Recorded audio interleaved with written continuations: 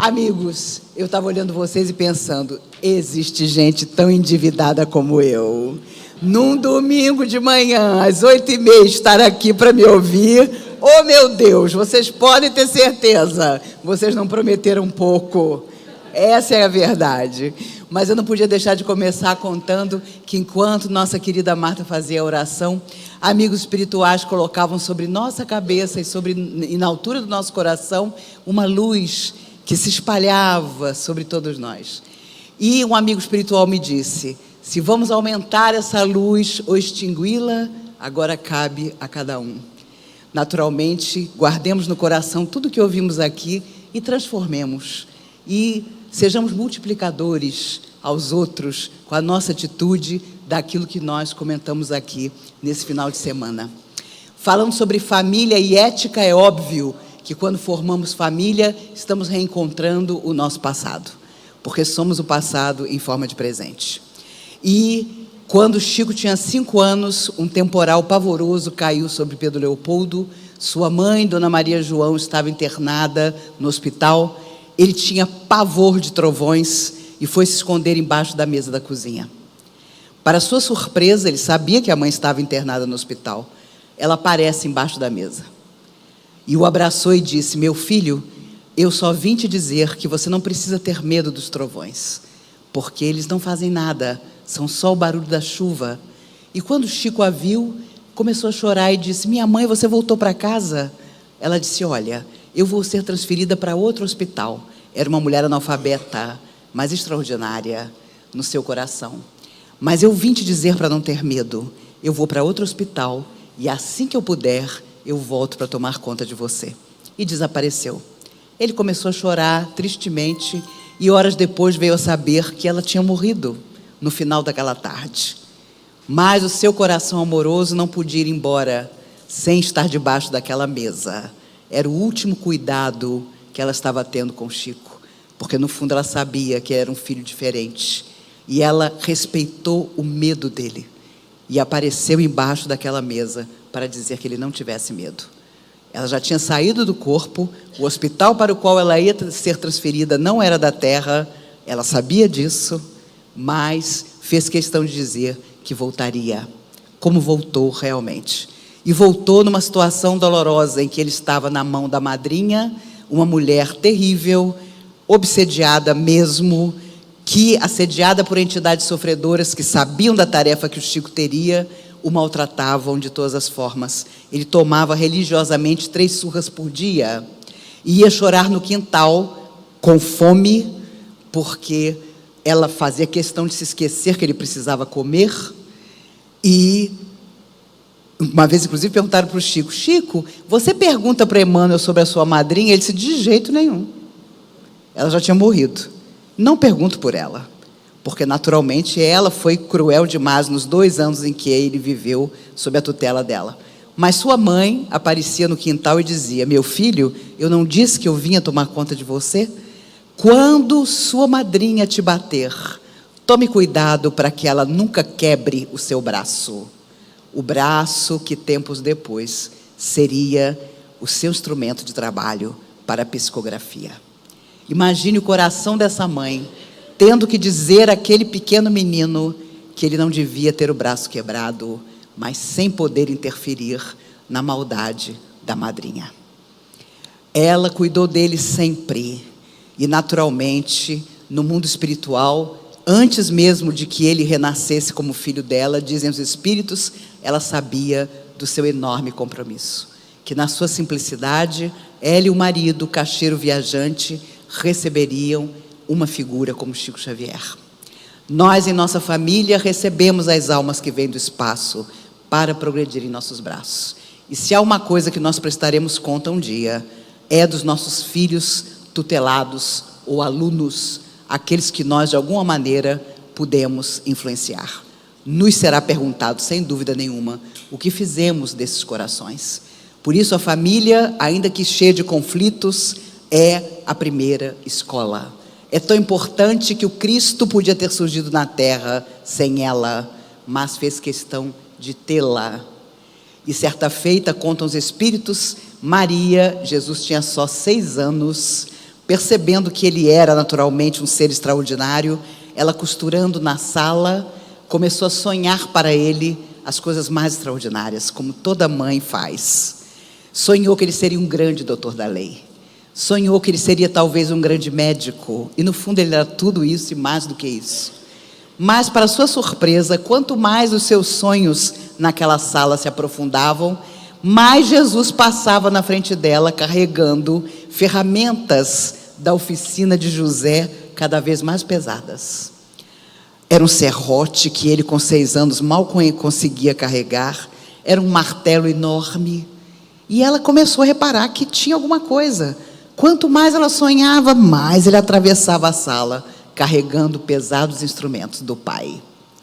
E aí, uma hora ele parou na frente dela e conta aos amigos espirituais que ele olhou para ela e disse: minha mãe, não sonhe para mim nada da terra, porque eu não vim à terra para ser servido, mas para servir.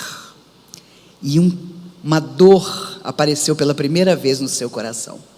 Ela percebeu que aquele filho teria talvez um destino que o seu coração de mãe não pretendia. E é natural que muitas vezes os nossos sonhos se frustrem. Nós, dizia Emmanuel através do Chico, queremos às vezes um filho com vários cursos universitários, mas é uma enxada que muitas vezes vai ensinar um filho nosso a agir como deve agir, a resgatar o passado e construir um futuro que nós sempre sonhamos vitorioso e cheio de luz, mas que muitas vezes, e geralmente cheio de lutas, dificuldades para serem vencidas. Ter ética na família é também ter esse entendimento, essa tranquilidade de que os filhos vieram através de nós, mas com certeza têm os seus próprios caminhos, os seus próprios destinos, muitas vezes díspares do que nós pretenderíamos, mas se tivermos colocado neles a semente do acreditar que tudo está sobre a tutela divina e que nós podemos transformar o nosso destino sempre, então teremos feito a nossa parte. Há muito tempo atrás, na década de 60, no livro Bem-aventurados os Simples, Chico psicografou uma historinha de um pai que chega em casa, reúne a família para o jantar e começa a contar com todas as letras, com gestos exagerados, um incêndio que ele tinha visto quando voltava para a casa do trabalho. Ele tinha uma tal capacidade de impactar com a sua palavra os filhos pequenos, que no dia seguinte, para sua surpresa, a escola de um deles telefona pedindo que ele corresse, porque o menino, impressionado com o relato do pai, tinha incendiado a sala de aula. E Valério conta essa pequena história através do Chico para nos lembrar que a nossa palavra é construtora no coração, na alma dos nossos filhos, daqueles que, mesmo não sendo nossos filhos, nós podemos influenciar, tanto para o bem como para o que não é bom. Essa é a grande responsabilidade também. Um menino de 8 anos, há muito tempo atrás, via o pai, todo final de semana, trancar-se na garagem da casa para pintar. Ele, tímido, mas desejoso de imitar o pai.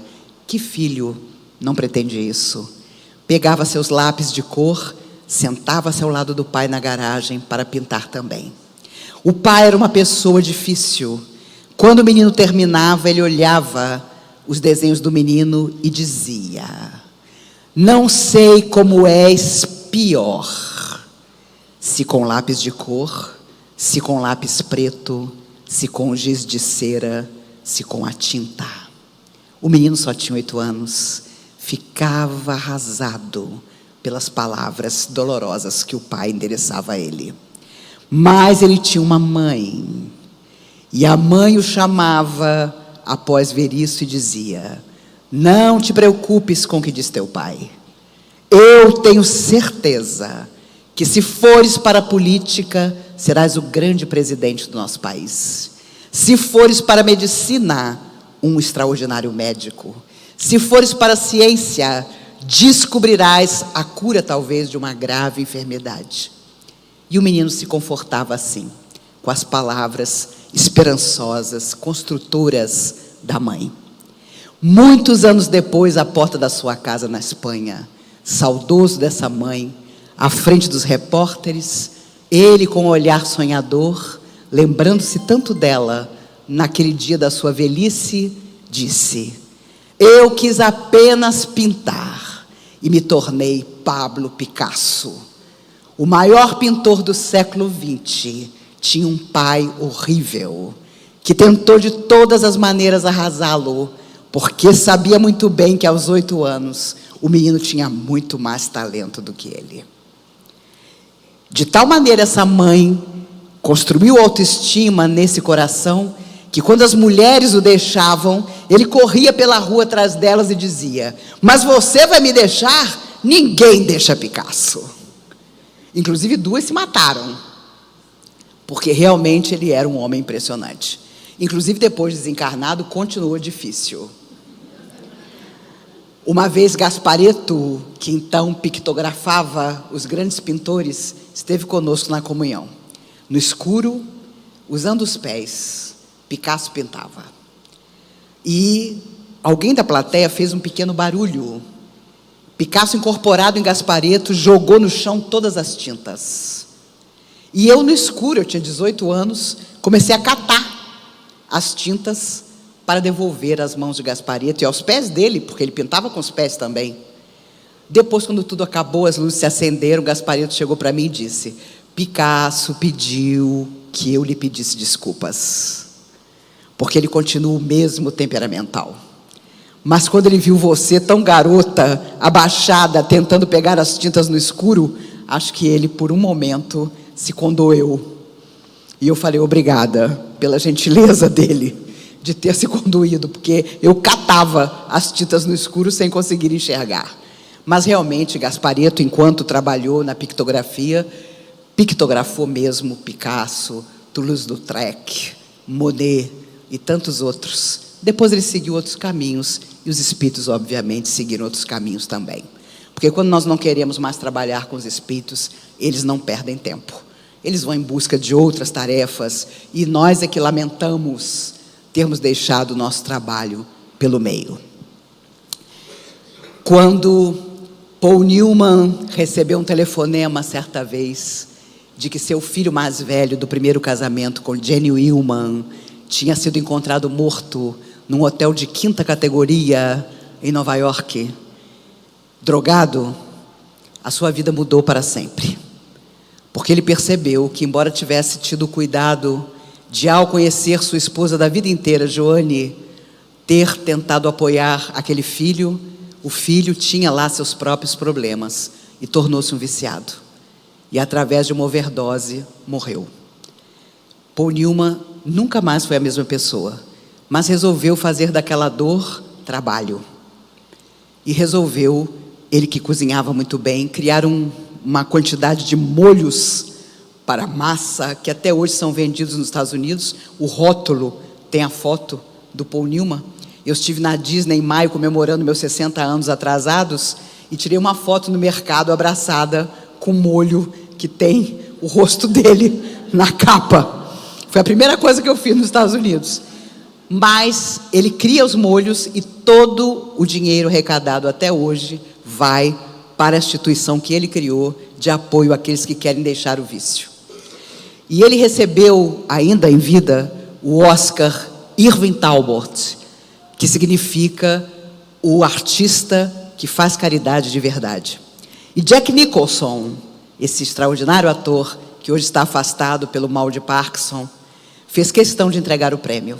E quando subiu no palco para receber Paul Newman e entregar-lhe o prêmio, ele disse: eu fiz questão de ser eu a entregar o prêmio a Paul Newman, porque ele é diferente de todos nós. Ele não assina só os cheques. Ele passa o final de semana construindo casas com seus próprios punhos, subindo escada, batendo martelo na madeira, para receber esses jovens que vão ficar ali hospedados, tutelados por médicos e terapeutas, para libertar-se do vício.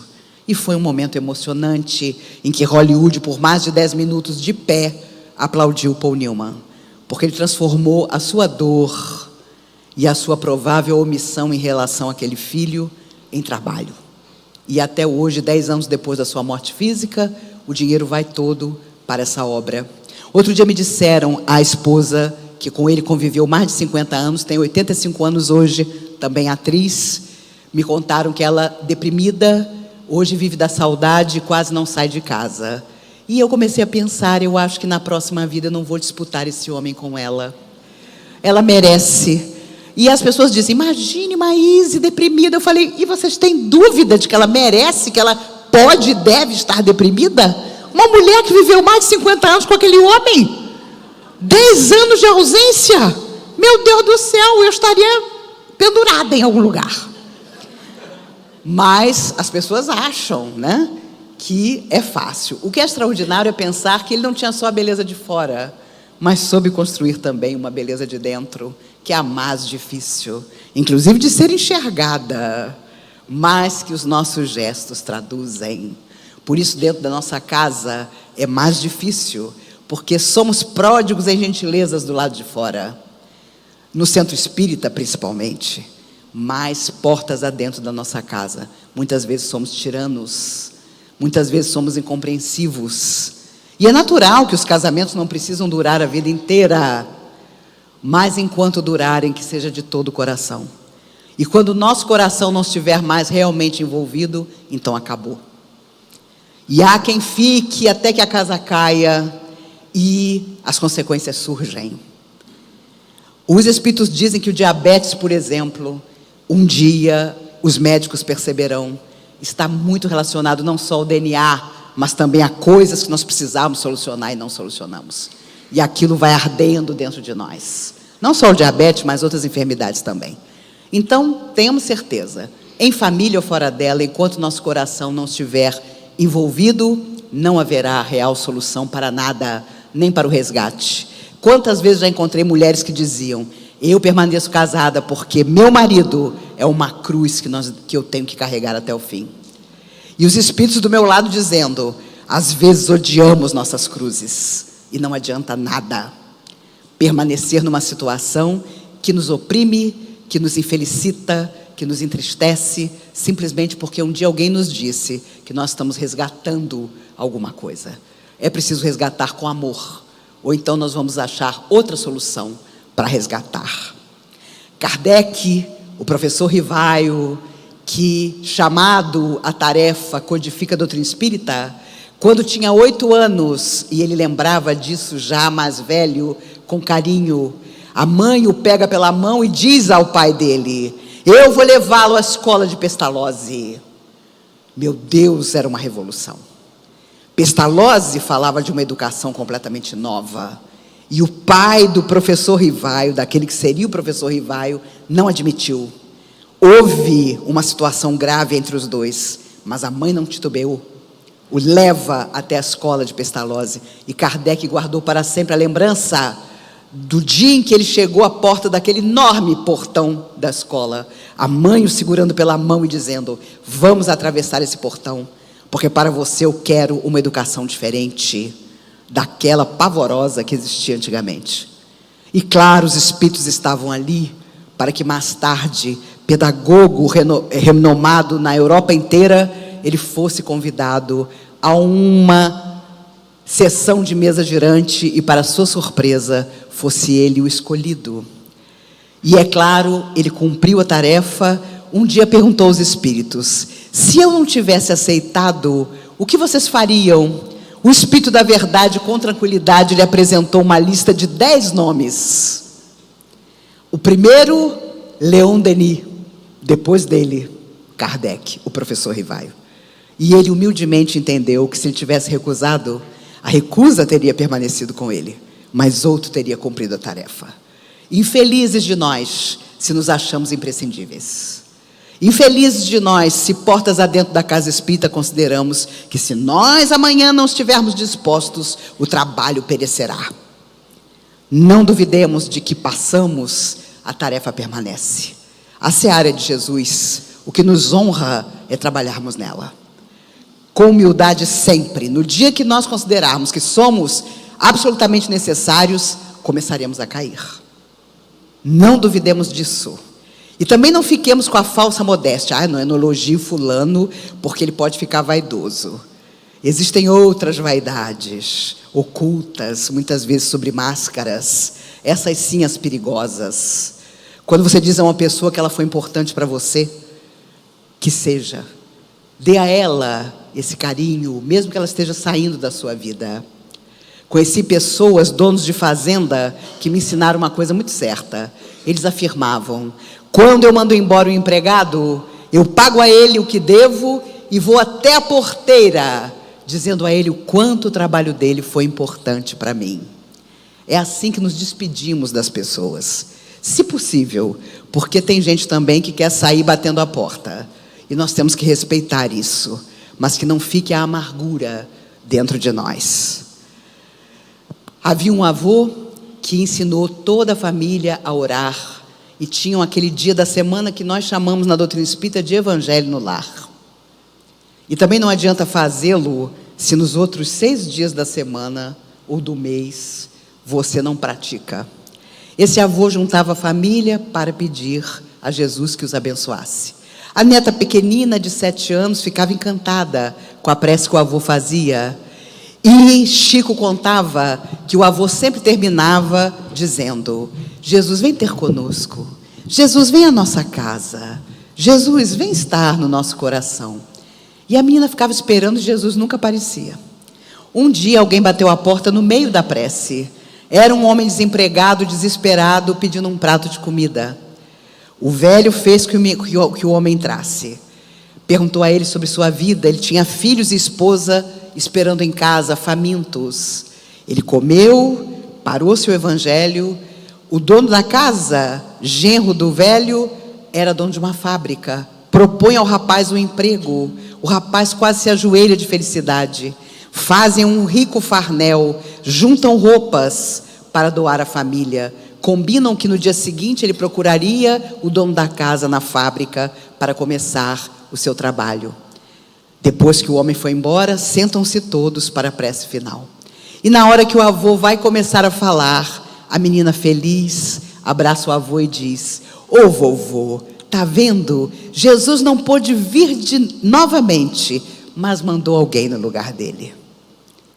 Felizes de nós, se na hora em que o nosso coração for chamado ao serviço, perceberemos que é o próprio Cristo que nos convida, que está ali a nos dizer que nós precisamos estender o nosso braço amigo àquela pessoa, estendendo a nossa noção de família cada vez mais.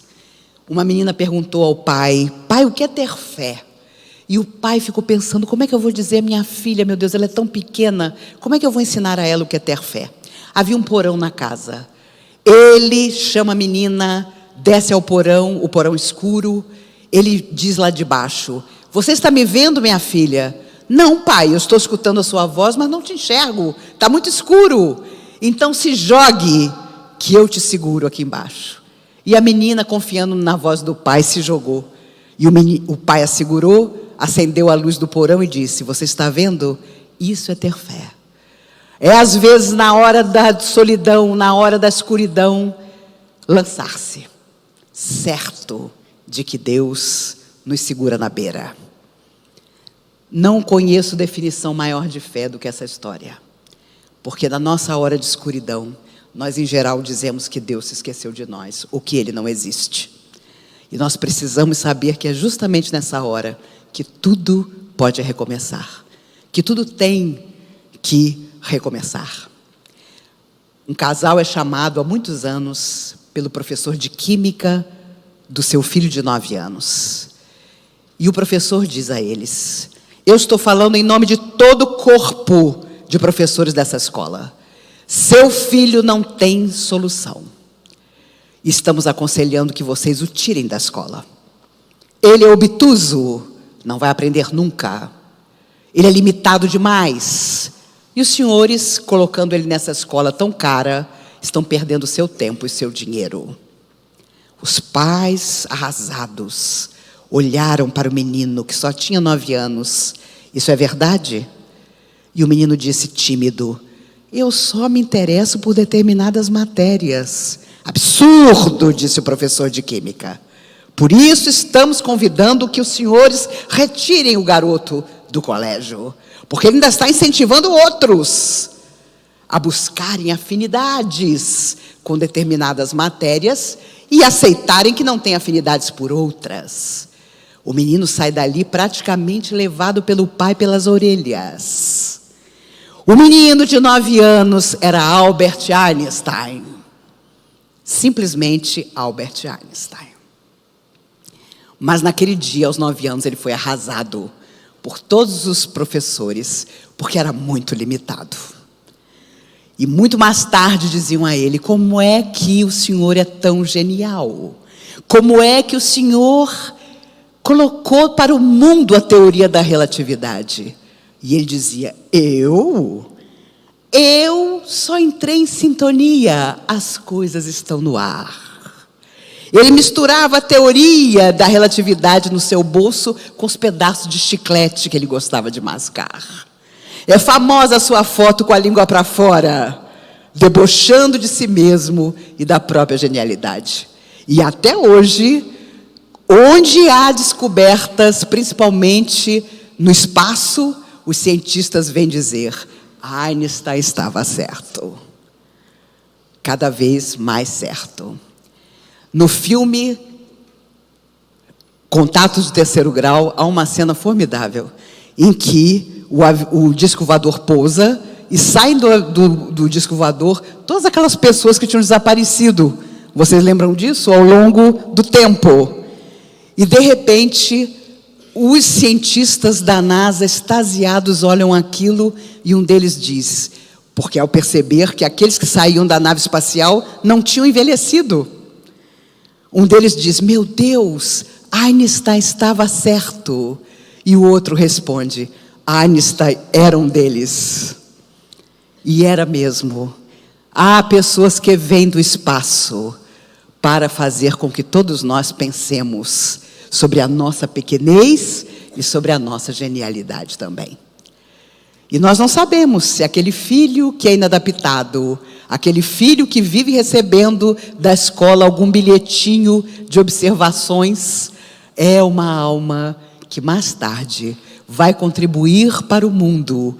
E a nossa responsabilidade como seus formadores, com certeza, será verificada.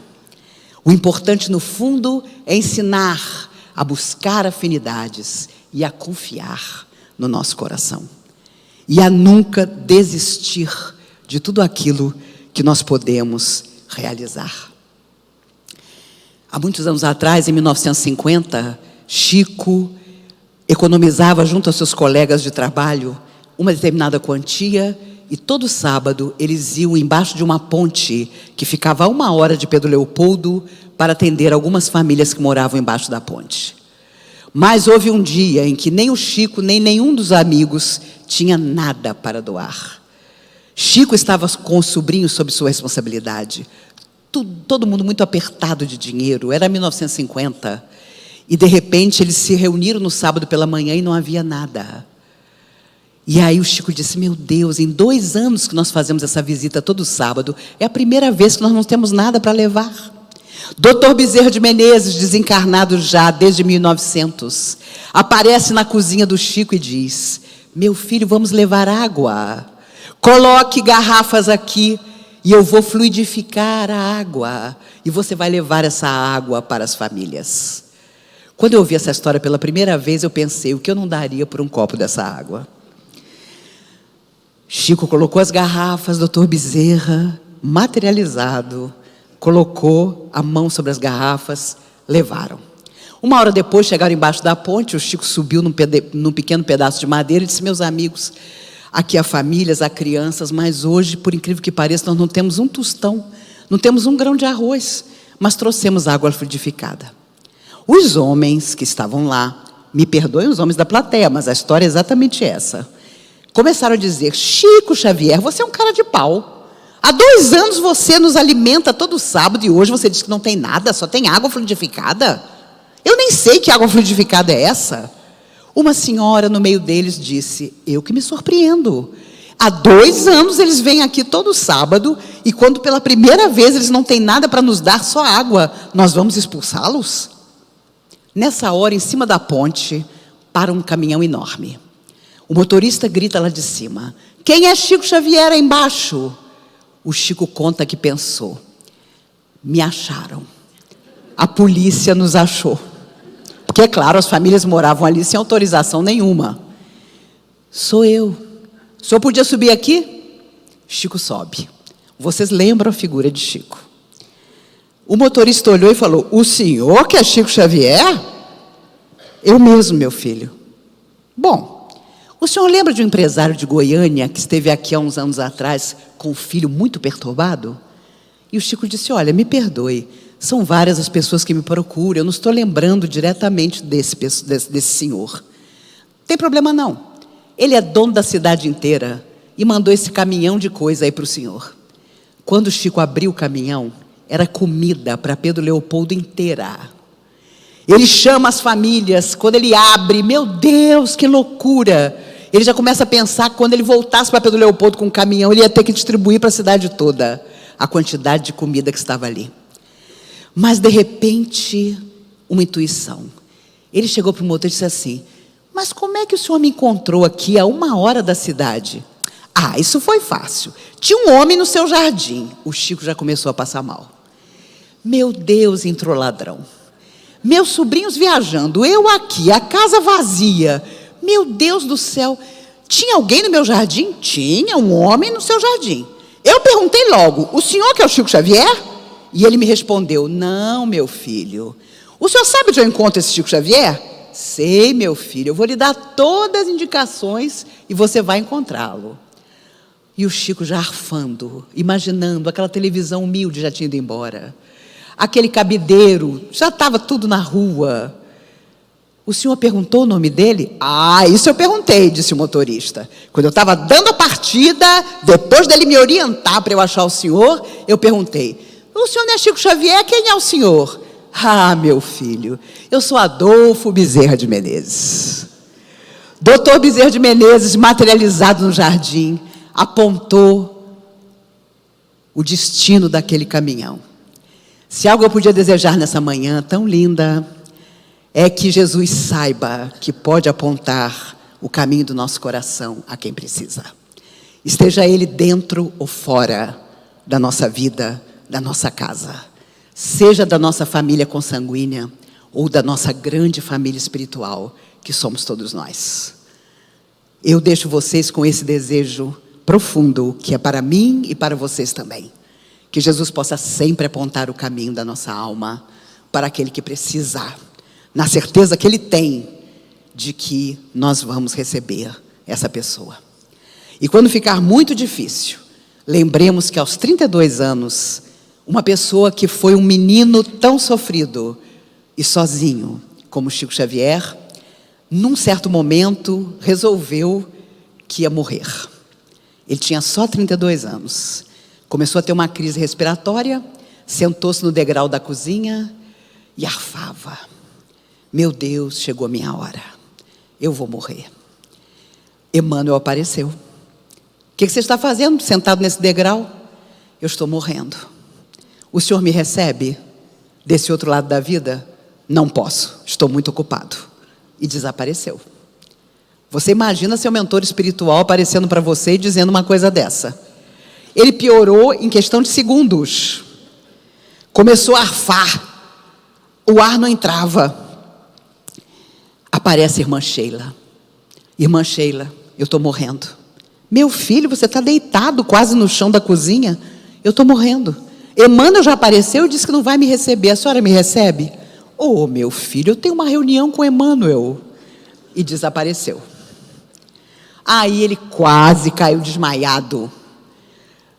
A dor no peito já era enorme. Aparece o Dr. Bezerra de Menezes.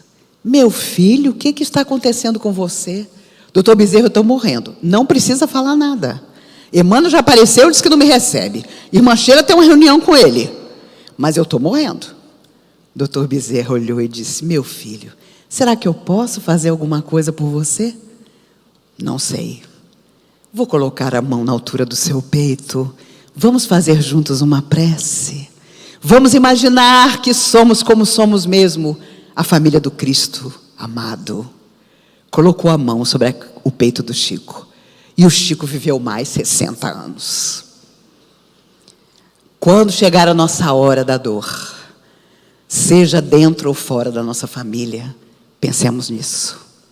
Não importa quem esteja aguardando por nós na verdadeira existência, importa que nós estamos caminhando para lá e somos felizes, porque desde que renascemos na terra, já estamos voltando para casa. Chico andava numa rua escura, passou uma cachorra toda iluminada. Ele se segurou no único poste da rua, a rua toda se iluminando com a passagem da cachorrinha, e ele pensou: meu Deus, dizem que eu sou louco e agora eu fiquei louco mesmo. Porque essa cachorra, eu sei, está desencarnada, morta. E ela está tão iluminada que está invadindo a rua com a sua luz. Emmanuel aparece e diz: não, Chico, você não está louco. Ela está iluminada assim porque morreu há 12 anos, mas o dono nunca se esqueceu dela. Que nós guardemos na lembrança todos os que já passaram pela nossa existência. São também a nossa família. São aqueles que deixaram as suas marcas, ainda que difíceis, portas adentro da nossa alma. Vamos segui-las. Vamos nos lembrar da nossa origem, de que ainda que a nossa família tenha sido complexa, foi ela que nos recebeu um dia e nos deu a oportunidade que agora, quando formamos a nossa família, nós estamos dando a outros espíritos. E se nunca encontramos família, se não temos absolutamente ninguém, fazemos parte da grande família divina que está de novo na terra e que vai transformar o mundo. Pensemos sobre isso. E encerrando nossas palavras, eu agradeço demais a todos vocês, aos organizadores, aos queridos voluntários, aos meus anjos da guarda, a ter reencontrado amigos, pessoas oradoras que admiramos e que muitas vezes passamos anos sem ver.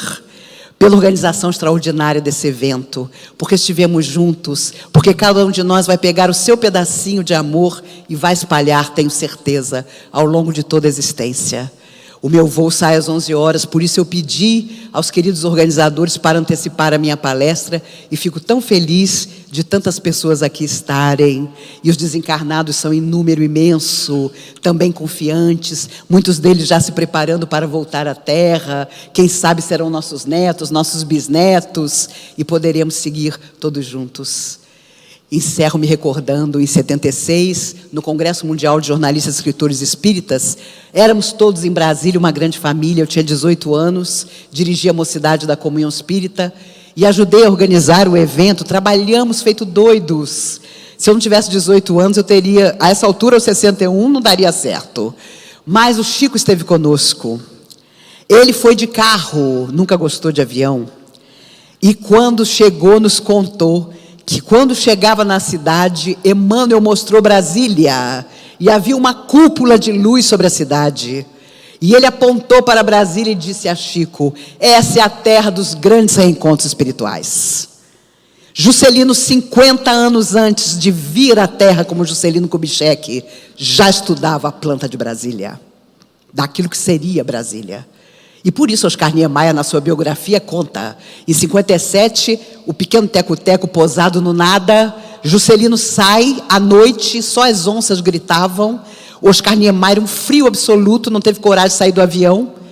E Juscelino, com o pé em cima de uma pedra, dizia: ali é o palácio, ali a catedral. E Oscar Niemeyer disse ao piloto: esse homem é louco. Eu sou arquiteto, só estou enxergando escuridão. O que esse homem está vendo? Estava tudo dentro dele. E ele passou 3 dias conosco, o Chico, pediu que na noite de abertura ele recebeu Castro Alves. Brasília envolto em luz, pela união de teus filhos, Deus te conserve em Jesus. O estádio não tinha lugar para uma mosca. Todo mundo levantou e aplaudiu Chico Xavier, em 76. Por mais de 10 minutos sem parar. Ele tinha pedido que nós colocássemos um mastro dentro do ginásio e que a bandeira do Brasil fosse hasteada e cantássemos o hino nacional. Fizemos isso.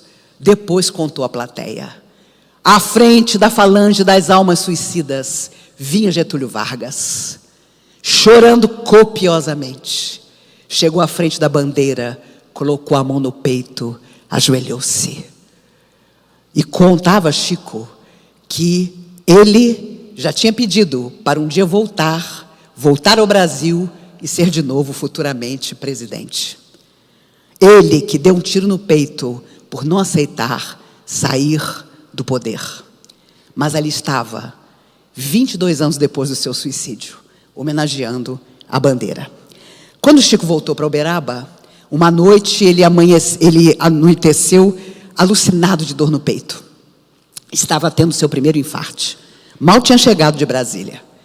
Alucinado de dor, ele não conseguia chamar ajuda. A porta do quarto estava fechada.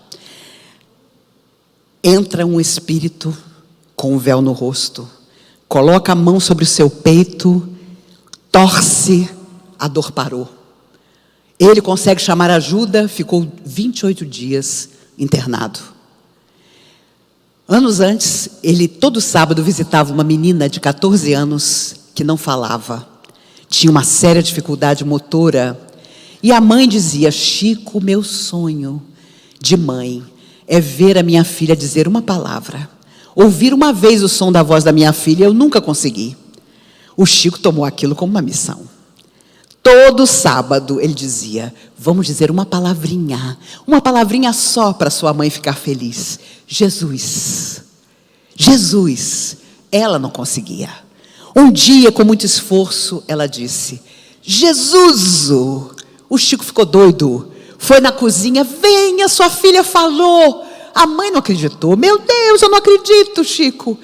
Levou-a na frente da menina. Fale só mais uma vez aquela palavra que você me disse. E a menina, num esforço supremo, repetiu: Jesus. 2 semanas depois, ele soube que a menina tinha morrido.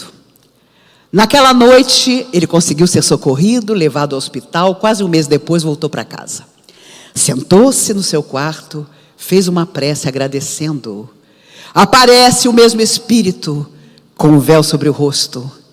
E ele, emocionado, diz: eu queria lhe agradecer, não sei quem você é, mas eu sei que foi a sua mão no meu peito que parou o infarte. Porque quando eu cheguei no hospital, os médicos disseram: só você, Chico Xavier. O infarte parou no meio. E nós vamos conseguir salvá-lo. A quem devo agradecer? O Espírito retira o véu do rosto, abre um grande sorriso e diz: eu te direi uma palavra e você vai lembrar de mim. Jesus era menina de anos atrás, que tinha vindo na hora mais difícil do Chico para resgatar a dívida que tinha com ele. Por isso Emmanuel dizia: o bem que fizeres em algum lugar será teu advogado em toda parte. Pensemos sobre isso. Não importa como seja a nossa família, ela vem do passado para nós. Iluminemos a nossa família para o futuro. Eu tenho certeza absoluta que no dia que nos encontrarmos novamente, tanto eu como vocês estaremos ainda melhores do que estamos hoje, seja quais forem as circunstâncias da nossa existência. Emmanuel afirmava: ama e obterás a bênção do amor. Mas a condição é amar, não esperar ser amado. E Eurípides Barçanufo, inesquecível, afirmava também através do Chico: primeiro sejamos bons, depois nós seremos felizes. Mas nós queremos a felicidade antes de exercitar em nós os valores eternos da alma. Exercitemos. Tenho certeza absoluta que já somos felizes. Seremos cada vez mais, não importa o que nos aconteça, porque Jesus vai à frente e a seara é dele. Nos cabe a honra do serviço. Que Jesus nos guarde, que nos abençoe. Retorno com saudade já de todos. Um dia nos veremos novamente, porque não existe adeus na tarefa do Cristo. Existe apenas até a próxima. Que Ele nos guarde e abençoe hoje e sempre. Muito obrigada. Obrigada, meus amigos. Muito obrigada. Obrigada a vocês. Obrigada. A palestra de Maíse Braga, marcada por sensibilidade e lucidez, convida à reflexão sobre a ética nos lares e sobre o papel da família como espaço sagrado de reencontros espirituais. Entre relatos comoventes e exemplos extraídos da vida de Chico Xavier e de outras figuras humanas, Ela nos conduz à compreensão de que a convivência doméstica é sempre um campo de provas e aprendizados, onde o espírito se depura e se renova. A doutrina apresenta a reencarnação como um instrumento de progresso da alma, permitindo reconstruir, em novas existências, os elos e responsabilidades que o tempo não desfez. Cada nascimento é o retorno do espírito ao convívio de afetos e desafetos de outrora, em experiências que o impulsionam à reparação e à consolidação do amor. Assim, o lar é um pequeno laboratório de redenção moral, destinado ao exercício da paciência, da tolerância e da compreensão, que moldam a consciência para relações mais amplas no futuro. Os vínculos afetivos, longe de se dissolverem com a morte, perpetuam-se através dos séculos. As mães, os pais e os filhos de hoje já o foram muitas vezes em diferentes combinações, sustentando uma teia de solidariedade que transcende o tempo e o espaço. O amor é uma força espiritual que sobrevive à morte física e por isso as presenças queridas continuam a velar pelos que permanecem na terra. A assistência dos benfeitores espirituais, tantas vezes evocada por Maíse em suas narrativas, é expressão desse cuidado contínuo que se estende de um plano a outro da vida. O lar, orientado pela oração e pela vigilância moral, converte-se em posto de luz que irradia harmonia e acolhimento. No seio dessa estrutura repousa uma das missões mais elevadas confiadas ao ser humano, a de educar corações. A paternidade e a maternidade são encargos morais. A codificação esclarece que Deus confia aos pais o dever de orientar os filhos no caminho do bem, e que responderão pelo desvio que decorrer de sua negligência. Educar é formar a consciência, semear valores e sustentar o exemplo vivo do Evangelho na intimidade doméstica. A influência moral dos pais sobre os filhos é profunda e duradoura, determinando muitas vezes o rumo espiritual daqueles que lhes são confiados. A convivência familiar reflete as leis divinas em ação. A ética na família nasce da consciência de corresponsabilidade, do entendimento de que ninguém está junto do outro por acaso e de que toda convivência guarda finalidade evolutiva. O livre-arbítrio é a expressão da maturidade espiritual. A cada instante, o ser escolhe reagir com entendimento ou intolerância, com imposição ou ternura. O destino é sequência de possibilidades que se ajustam às decisões da alma. A educação moral que se inicia no lar prepara o espírito para o uso digno da liberdade, ensinando-o a conciliar a vontade própria com as leis do amor e da justiça. É nesse equilíbrio se ergue a verdadeira ética, não como norma exterior, mas como harmonia íntima com a ordem divina. O lar é, portanto, a primeira escola do espírito. Nele se aprendem as lições do serviço, da renúncia, da convivência e da compreensão. Os valores assimilados na vida doméstica projetam-se sobre toda a sociedade, influenciando o modo como nos relacionamos e como edificamos o mundo. A família evangelizada se torna a célula de regeneração social, porque onde o amor governa, a violência e o egoísmo perdem espaço. Por isso, a doutrina espírita destaca o lar como uma oficina na edificação de um santuário. Santuário, porque nele se deve cultivar a presença divina pelo respeito e pelo afeto. Oficina, porque é onde se lapidam as pedras brutas do caráter para que se transformem em joias de luz. Que cada um, consciente de sua posição nesse pequeno universo familiar, possa sustentar o equilíbrio, a paciência e a benevolência que regeneram o ambiente e pacificam as almas. Quando o lar se tornar abrigo moral e espiritual, a sociedade se elevará, e o mundo se aproximará da paz que o Cristo prometeu.